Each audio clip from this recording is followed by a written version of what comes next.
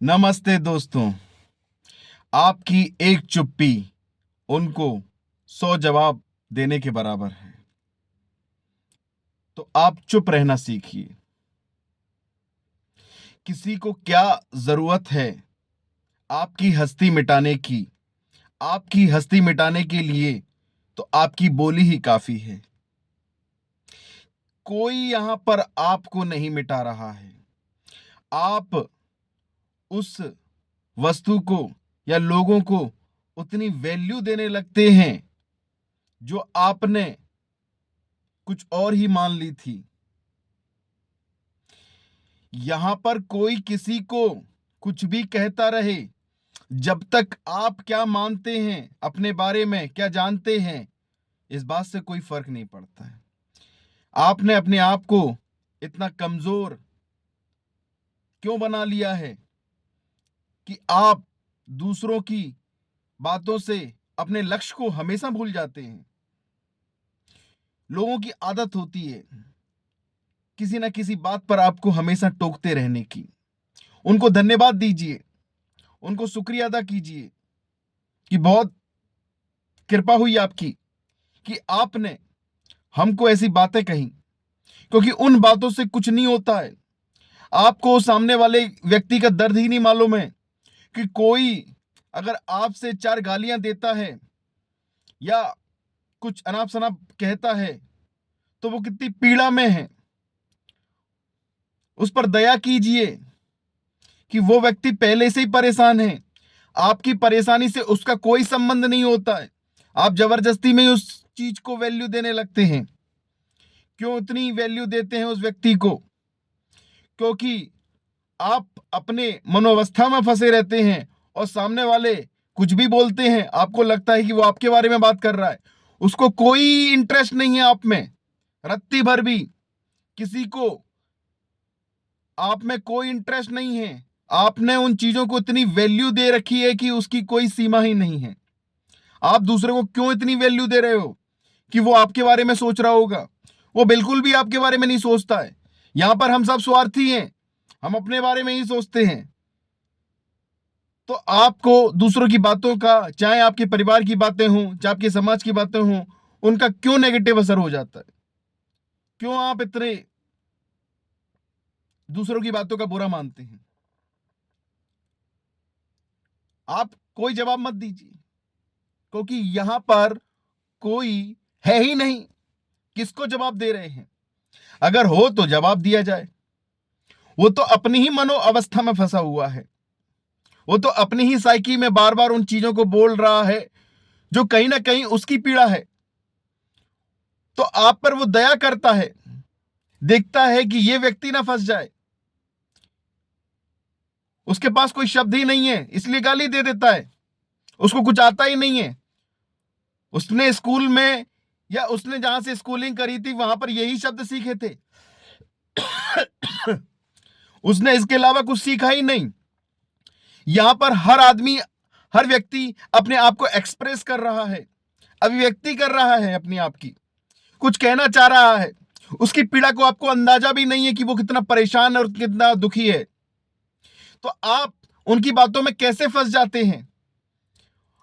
आपसे कोई संबंध नहीं है, आपको कोई दुख नहीं पहुंचा रहा है, आप जबरदस्ती उसको अपना मान लेते हैं।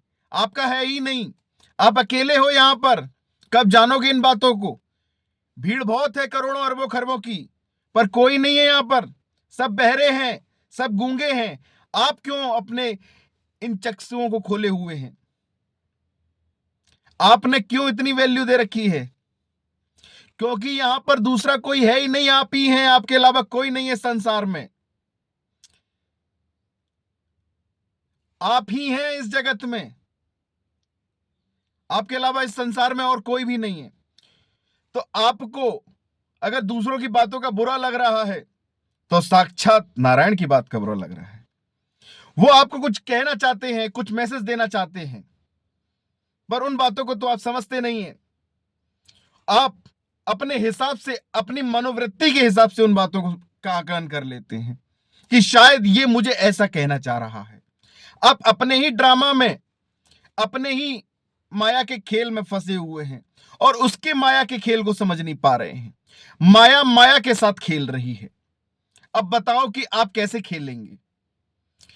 आप समझिए ना इन बातों को कि कोई आपसे कुछ कह रहा है तो क्या संबंध है उसका?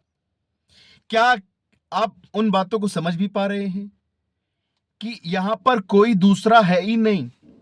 आज आप जो भी कहेंगे, जो भी करेंगे, कल के दिन वही आपके सामने प्रकट हो जाएगा। आप लोगों को गालियां दीजिए, जी भर के गालियां दीजिए। अगर आपके जीवन में गाली की बरसात ना हो जाए तो कहना। आज आप लोगों को प्रेम कीजिए, बहुत प्रेम कीजिए, बहुत बहुत प्रेम कीजिए, तो आपके जीवन में अगर प्रेम ना बरस जाए तो कहना। अगर आज आप जो देंगे इस प्रकृति को, वही आपके सामने खड़ा हो जाएगा। तो दोस्तों, ये सोचिए कि आप शांत रहिए जितना आप शांत रह सकते हैं। इस प्रकृति में एक ही माध्यम है, वो है सबका एक जवाब, कि आप शांत रहिए। जितना आप शांत रहने की प्रवृत्ति डालेंगे, उतना ही, जैसे लोगों ने बहुत उत्तेजना में, चेतना में आके कुछ अनाप शनाप कह भी दिया, उनकी अभिव्यक्ति है, वो कुछ भी कह सकते हैं। आपका उन बातों से कोई भी संबंध नहीं है, किसी प्रकार का। वो अपने आप को एक्सप्रेस कर रहे हैं। उनके जीवन में नाना प्रकार की घटनाएं हुई। अब आप समझते हैं कि वो आपसे कह रहे, आपसे क्या कहेंगे साहब? आप हैं कौन जो आपसे कुछ कहेंगे? आपसे कोई यहां पर कुछ नहीं करता है। सब अपनी ही अभिव्यक्ति का गुणगान करते हैं। किसी को दूसरे का यह पता ही नहीं है कि है भी वो। अगर उसको पता पड़ जाए तो वो कुछ कहना बंद कर दे। यहां पर एक ही सिस्टम है सबके अंदर। एक ही साधे सब सदे, सब साधे सब जाए। तो आप अपने आप को साध लीजिए, बाकी अपने आप ही सदे हुए हैं, अपने ध्रुव पर ही है वो।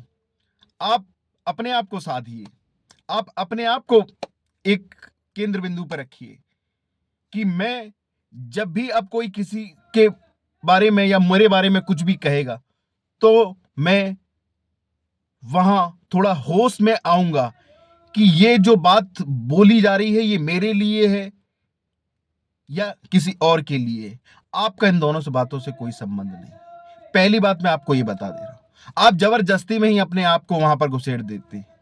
वो व्यक्ति अपने बारे में कुछ बता रहा है, आपके बारे में वो अगर कोई सलाह भी दे रहा है तो अपने को ही उसने प्राथमिक बिंदु में रखा हुआ है। वो आपका कोई संबंध नहीं है, कोई भी लेना देना नहीं है, रत्ती भर भी।